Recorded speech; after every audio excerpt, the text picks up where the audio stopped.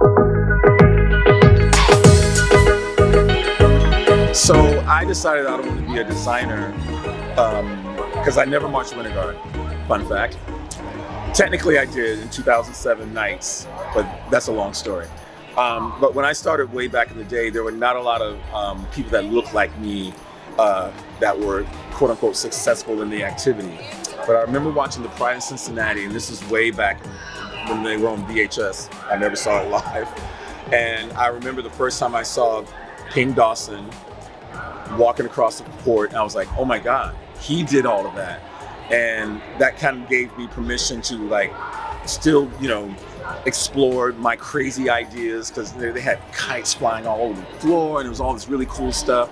And to be at a world-class level as an African American, I was just like, okay, I thought it was a pipe dream. And I still loved everybody else, but it was just something about seeing someone that looked like me. And I really hope he gets into the WGI Hall of Fame someday. Rest in peace. And telling our stories. So sometimes I like to do shows that feels like home to me. Like I did a show probably 8 years ago here at Cypress Creek called Edith and Ida, which is actually my grandmother's names.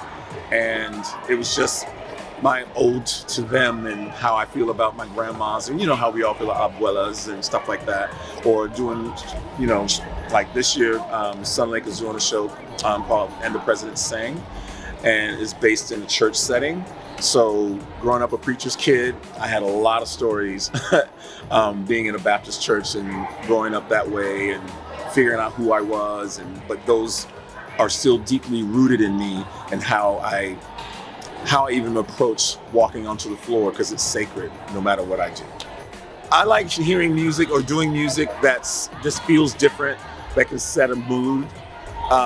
Like Cypress Creek this year, they're doing a really heavy percussive, and I decided to do, it's kind of like an African piece, just different from what they've done in the past couple of years, because I feel like I wanted to kind of get away from piano music and all that stuff, and they're kind of young, and give them a little bit more of a personality on the floor.